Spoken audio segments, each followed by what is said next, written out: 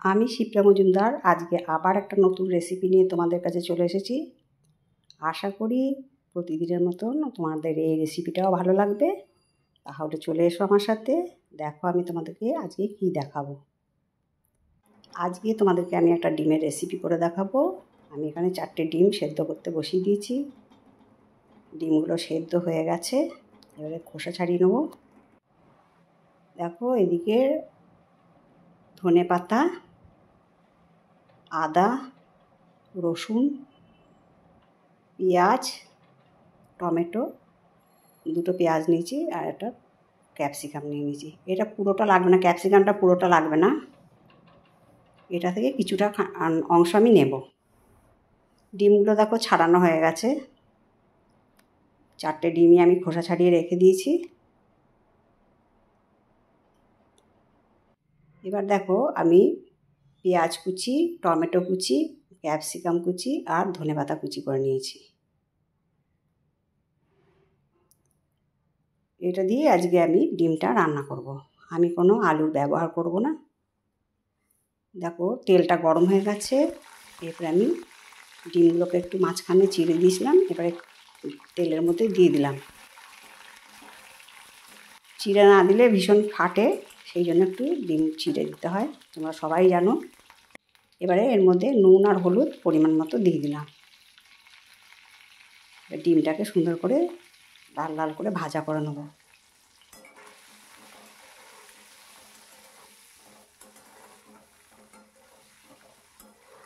খুব বেশি কড়া ভাজবো না, একটু লালচে লালচে ভাজাটা হবে সেই পর্যন্ত আমি ভেজে নিয়েছি। দেখো খুব কড়াও করিনি, একটু লাল ভাব হয়েছে। আমি এবারে ডিমগুলোকে নামিয়ে নিচ্ছি একটা হাতায় করে। ডিমগুলোকে আমি সম্পূর্ণ নামিয়ে নিচ্ছি।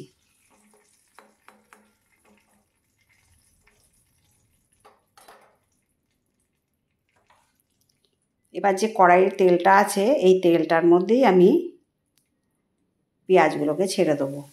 পেঁয়াজগুলো বেশ কুচি করে রেখেছিলাম।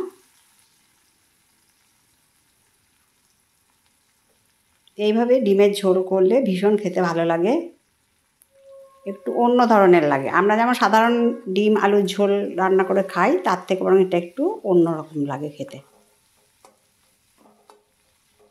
পেঁয়াজটাকে এইভাবে ভেজে নেব। এর মধ্যে আমি লবণ আর হলুদ দিলাম, 1 চামচ লবণ আর 1/2 চামচ হলুদ দিয়ে দিলাম। এবার ওপর নিচ সুন্দর করে নাড়াচাড়া করে নেব। একটু গোল্ডেন ব্রাউন হওয়া পর্যন্ত অপেক্ষা করব, ওই পর্যন্ত আমি সুন্দর করে ভেজে নেব।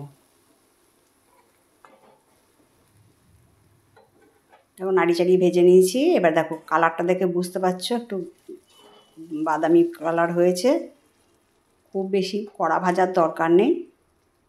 এরপরে যে আদা রসুনটা বেটে রেখেছিলাম, একটু বেশি জল দিয়ে বেটে রেখেছি, সেটা আমি দিয়ে দিলাম। এবার কাঁচা গন্ধ যাওয়া অবধি আমাকে অপেক্ষা করতে হবে। ভালো করে আমি এটাকে কষিয়ে নেব। দেখো কষানো হয়ে গেছে। এরপরে আমি এর মধ্যে জিরের গুঁড়ো দিলাম 1 চামচ, 1 চামচ লাল লঙ্কার গুঁড়ো, 1 চামচ কাশ্মীরি লঙ্কার গুঁড়ো দিয়ে দিলাম। এবার এটাকে একটুখানি নাড়াচাড়া করে নিচ্ছি।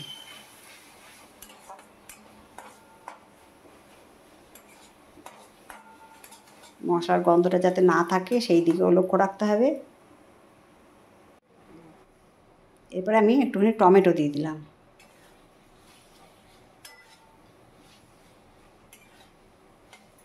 টমেটোটা দিলে এই ঝোলের স্বাদটা বেশ ভালো হয়। এরপর আমি ক্যাপসিকাম দিয়ে দিলাম।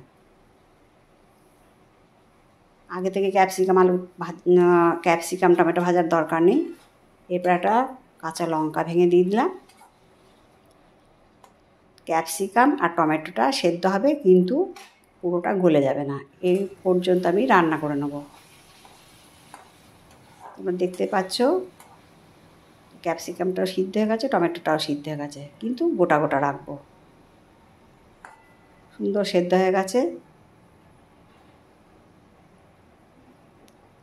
এভাবে পুরোটা কষিয়ে নিতে হবে। এবারে আমি পরিমাণ মতো গরম জল দিয়ে দিলাম।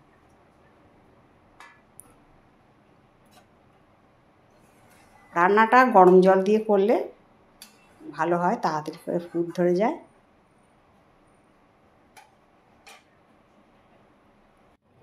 ভালো মতো ফুটে গেছে ঝোলটা, দেখো টমেটো আর ক্যাপসিকামগুলো কিন্তু গোটা গোটাই আছে। এরপর আমি ডিমটা ছেড়ে দিলাম। এর মধ্যে আমি কোনো গরম মশলা ইউজ করিনি।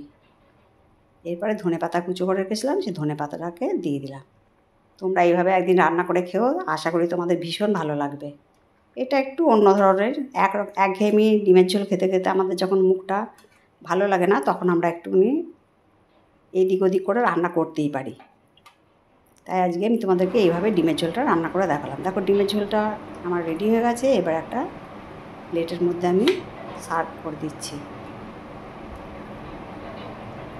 এই ঝোলটা ভীষণ টেস্টি হয় খেতে, আর গন্ধটাও ভীষণ সুন্দর হয়। তাই বন্ধুরা, তোমরা এইভাবে রান্না করে খেও। আর আমার চ্যানেলটা যারা প্রথম ভিজিট করলে, তোমরা লাইক, শেয়ার, কমেন্ট আর সাবস্ক্রাইব করে দিও। দেখো কত সুন্দর দেখতে লাগছে। আমার যারা পুরনো বন্ধু আছো, তোমরা আমার প্রাণ ভরা ভালোবাসা নিও। তাহলে আজকে আমি এই পর্যন্ত রাখি, কেমন? তাহলে অন্য দিন অন্য কোনো রেসিপিতে আবার দেখা হবে। টাটা।